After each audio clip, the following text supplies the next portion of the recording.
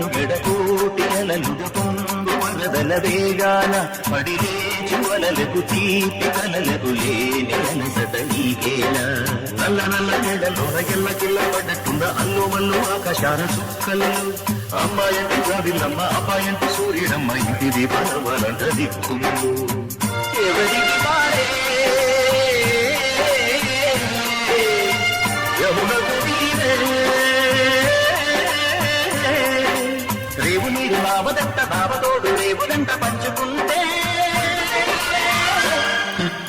గోరువంత వాలగాని గోపురానికి స్మరణ గణగణ గంటలే మోగనేదా గోపబాలు నుంచి గోకులాలు